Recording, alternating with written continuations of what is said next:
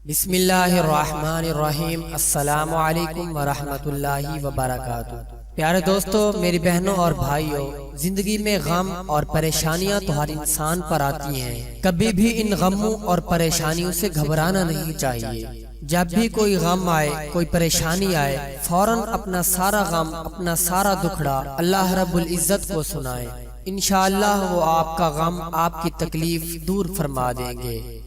प्यारे दोस्तों, गमों और परेशानियों को टालने के लिए खुद अल्लाह तबारक व तआला ने कुरान पाक में सूरतुल कहफ में फरमाया है, अल्लाह को पुकारो उसके सिफाती नामों के साथ।